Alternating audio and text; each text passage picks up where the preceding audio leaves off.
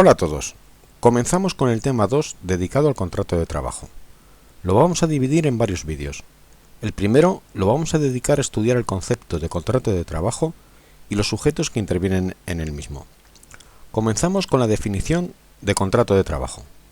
Según el Estatuto de los Trabajadores, esta ley será de aplicación a los trabajadores que voluntariamente presten sus servicios retribuidos por cuenta ajena y dentro del ámbito de organización y dirección de otra persona física o jurídica denominada empleador o empresario. De esta definición se sacan las siguientes características. La primera, que el trabajo es humano, es decir, un esfuerzo intelectual o manual desarrollado por las personas físicas, no por las máquinas, o incluso de los animales. Este es el típico caso del perro del anuncio de Escotes. Al perro no se le contrata para hacer el anuncio porque no es un ser humano. Al que se contrata es al cuidador o al dueño, que sí son seres humanos.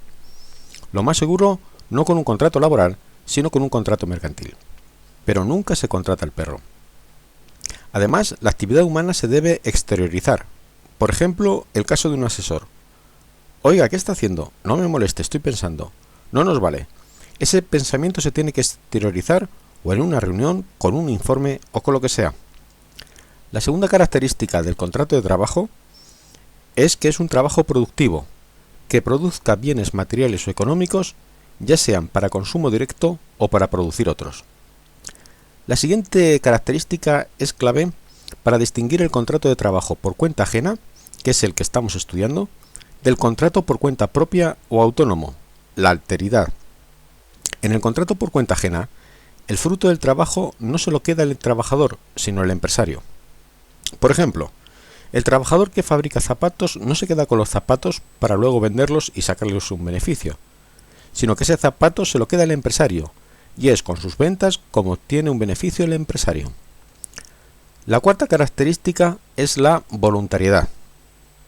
Se aplica a los trabajadores que presten voluntariamente sus servicios, con lo que quedan excluidas las prestaciones personales obligatorias, como por ejemplo la participación en una mesa electoral o en un jurado popular, o las condenas con penas de trabajo en beneficio de la sociedad. La quinta característica es la onerosidad. El trabajador se compromete libremente a prestar sus servicios a un empresario a cambio de una retribución. Vamos a pararnos aquí porque no cumplirse este requisito quedan excluidos del Estatuto de Trabajadores los trabajos realizados a título de amistad, benevolencia o buena amistad. ¿Cuáles son estos? Por ejemplo, imaginaros que uno de vosotros tiene una finca que en esta época está en plena campaña de recogida de la uva o de lo que sea, y le dice a un amigo: oye, mira, vendimiar está de maravilla, es lo mejor que te puede pasar. Y como te quiero tanto, ¿por qué no te vienes mañana por la mañana y me ayudas y después te invito a unas gachas? Evidentemente esto está fuera del Estatuto de los Trabajadores, porque falta la onerosidad. En la práctica es muy complicado demostrar que si un amigo tuyo te está ayudando en la vendimia, no está contratado por ti. Si viene una inspección de trabajo, es muy difícil probar la falta de remuneración. La siguiente característica es, al igual que de la alteridad, fundamental para distinguir los contratos por cuenta ajena que estamos estudiando de los contratos por cuenta propia autónomos, la dependencia. El trabajo se presta dentro del ámbito de organización y dirección de otra persona física o jurídica denominada empleador o empresario, que es el que da las órdenes e instrucciones en la empresa. Y por último, tenemos la temporalidad. Aunque los contratos de trabajo se puedan hacer de forma indefinida, el contrato se puede dar por concluido en cualquier momento por parte del trabajador o por parte del empresario, con una serie de requisitos que ya estudiaremos. O también puede finalizar por la jubilación del trabajador o por la muerte del trabajador o del empresario. Muy bien, ya hemos visto la definición del contrato de trabajo y sus características. Ahora vamos a ver los sujetos que intervienen, que son dos: el trabajador y el empresario. Comenzamos con el trabajador.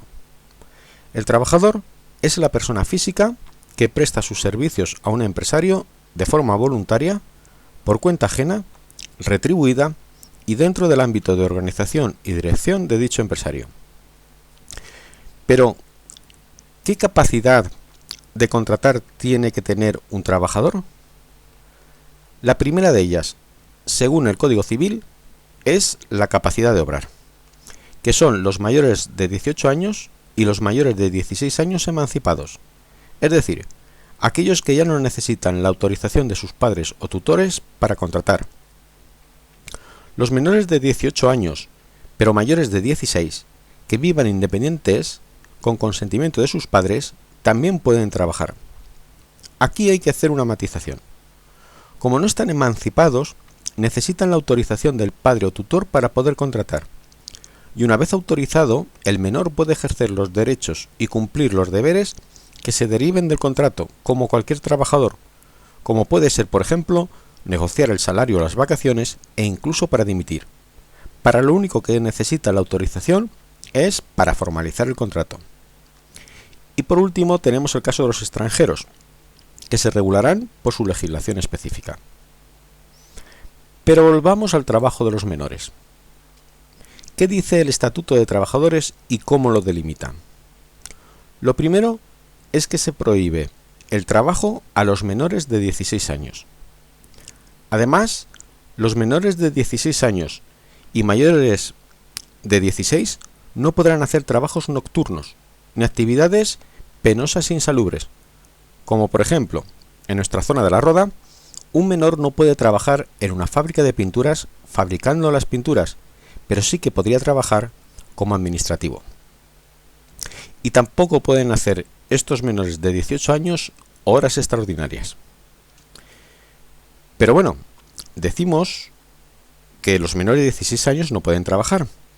Entonces, esos niños que trabajan en las series de televisión o en las películas, pues muy bien, el Estatuto de Trabajadores dice que los menores de 16 años pueden actuar en espectáculos públicos solo en caso excepcional y con la autorización de la autoridad laboral.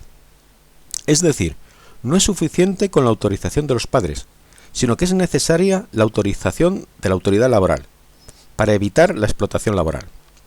Además, se tendrá que hacer para cada caso concreto y siempre que no suponga peligro para su salud física ni para su formación. ¿De qué manera? Pues habitualmente se le pone un tutor en el centro de trabajo que estará en contacto con otro tutor de un colegio o de un instituto. Muy bien, hemos visto las características del trabajador y ahora veremos las características del empresario. ¿Quién es el empresario? Según el Estatuto de los Trabajadores, todas las personas físicas o jurídicas o comunidades de bienes que reciban la prestación de servicios de los trabajadores, así como de las personas contratadas para ser cedidas a empresas usuarias por empresas de trabajo temporal legalmente constituidas. Es decir, para quien trabaja los trabajadores. En cuanto a las personas físicas o jurídicas ya sabemos qué son, pero aquí aparecen también las empresas de trabajo temporal. ¿Cómo funcionan este tipo de empresas? Muy bien. Se ponen en contacto con las empresas de trabajo temporal los trabajadores. Este trabajador firma un contrato con la empresa de trabajo temporal y luego esta empresa de trabajo temporal lo cede a empresas usuarias con contratos de duración determinada, por horas, por días, meses, etc. En este caso, según el Estatuto de Trabajadores, ¿quién es el empresario? ¿La empresa de trabajo temporal o la empresa usuaria? Muy bien, dice el Estatuto de Trabajadores que es la empresa usuaria, la que se relaciona con el trabajador y la que tiene los derechos y obligaciones con respecto al trabajador. A partir de aquí, ¿qué requisitos se le exige al empresario? Según el Código Civil, serán empresarios los que tengan capacidad de obrar, es decir, los mayores de 18 años y tengan libre disposición de sus bienes y se dedican al comercio habitualmente. Y también las sociedades inscritas en el registro correspondiente.